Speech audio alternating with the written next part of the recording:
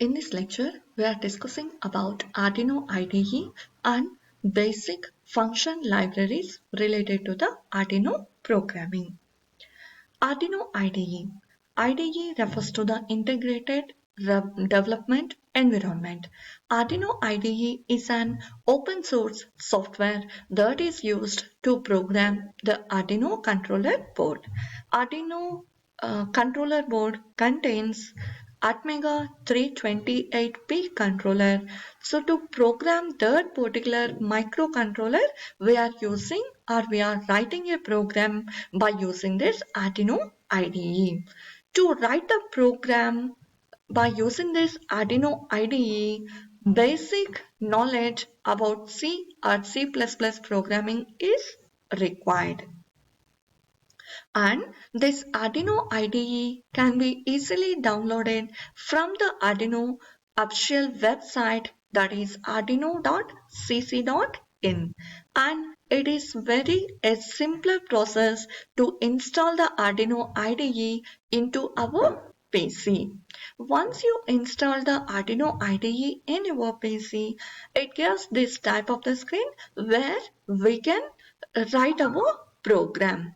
And the program which is written on this Arduino IDE is referred as Sketch. Now we'll see some basic details related to the Sketch. Sketch is divided into two parts. One is called as setup part and another one is called as loop part.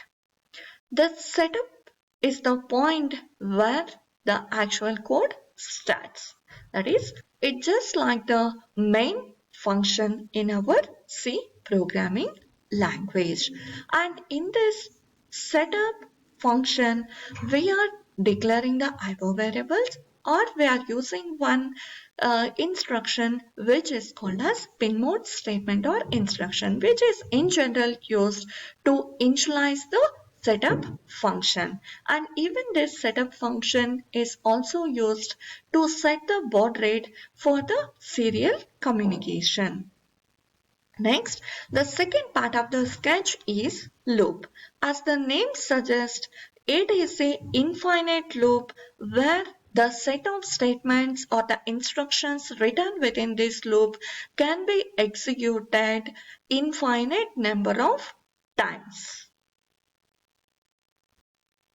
As similar to the other programming languages, even the Arduino programming supports the following data types, that is void, int, boolean, byte, long, character, unsigned int, word, float, array, unsigned long, double, string character array, string objects and short.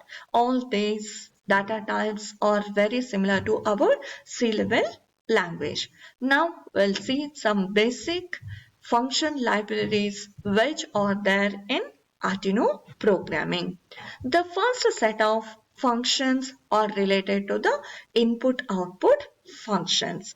Within the input-output function, the first and the basic and the most important function is pin mode statement. Whereas by using the pin mode function, we are configuring the particular pin either to act as a input pin or to act as a output pin. So that means for the Arduino board, for the digital pins or the analog pins, if you had connected the any particular device, you have to decide that whether you had connected the input device or the output device, and the same information must be given to the microcontroller by using this pin mode function. And remember that always the pin mode function must be written in this setup part of the sketch. And the syntax for the pin mode is pin and the mode, whereas the pin refers to the pin number on the Arduino board where the devices are connected. And the next one is the mode. So the mode, it may be input or output. So that means you have to give the information to the microcontroller at this particular pin which type of the device you had connected, whether it is an input device or output device. Next, By default, all the Arduino pins are configured as input pins. So if you have connected the input devices to the Arduino pin, there is no need to write this pin mode statement. But if you had connected the output devices to the Arduino pins, compulsory we should write on this pin mode statements. The next IO function is digital read. So here there are four instructions or four functions which specifies the basic operations, that is read and write. And here by using this read and write, we can read the data from the input devices and we can write the data to the output devices. And here the data, it may be a digital data or it may be a analog data. So the digital data contains only two values, that is high or low. The same thing can be referred as 0 or 1. If it has some certain range of the values, that is either from 0 to 255 or from 0 to 1023, and those range can be considered as analog values. So depending upon the operation and depending upon the data type, we have to use one of the four instructions. And the four instructions or the functions are digital read, digital write, analog read and analog write. So the first one, digital read. If any input device is connected at the Arduino digital pins, then this particular digital read function can be used to read either a high value or the low value from that digital pin. And the syntax for the digital read is variable value is equals to digital read of pin. So here this pin refers to the pin number where the input devices are connected, and whatever the information you had read from the device, that can be stored in a variable. The next one is digital write. So the syntax for the digital write is pin comma value. So again this is nothing but the pin number where you had connected the output device, and this value refers to either high or low. So that means what is the value you are passing to that particular output device which is connected at this particular pin. Similarly, we have one more input output function, that is analog read.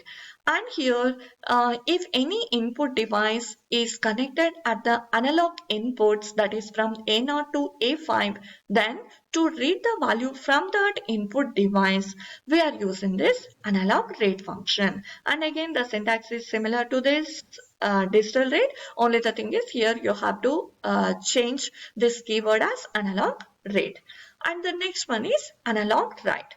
And here remember that whenever you are using this analog write, the output devices are connected at the digital pins. That too, you should connect the digital pins where there is a symbol with tilt which refers to the PWM pins.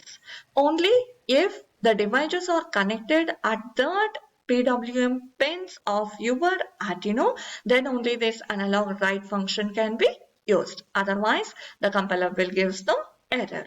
So this analog write function is used to write the analog values to a pin which is connected at the PWM pins. In general, this analog write function can be used to pass the analog values, that is from 0 to 255 or 0 to 1023. So for example, we can vary the brightness of the LED or we can vary the speed of a motor by using this analog write. And remember that to use this analog write function, the output devices must be connected at PWM pins. And along with these IO functions, we have one more IO function, that is delay function. So this delay function is used to manipulate the functions to provide a delay of specified time. So it is similar to the wait function of our high level language program, and it accepts the integer value, and whatever the value you are writing within these brackets, that number will refers to the time in milliseconds. Similar to the IO functions, we have some more functions such as character functions. Character functions which can be used for a character. So each digit it returns 1 if the C is a or the character is a digit. Otherwise it returns 0. So similarly we have another set of character functions like is alpha. It returns 1 if C is a alpha and 0 if it is a not alpha. So similarly is alpha number, is hexadecimal digit, is lower character, is upper character, is space. So all these character functions returns 1 if it is a true condition, 0 if it is a false condition. And we have one more set of the function libraries, that is trigonometric functions. So in general, these trigonometric functions can be used to calculate the distance for the moving object, or it is also used to calculate the angular speed. Some of the trigonometric functions are sine function, cos function, tan function, assign. Here A refers to the angular, assign function, acos, eton. Right? And all these functions are presented in math.h. In the next lecture, we'll see some examples by using all these function libraries. Thanks for listening to class.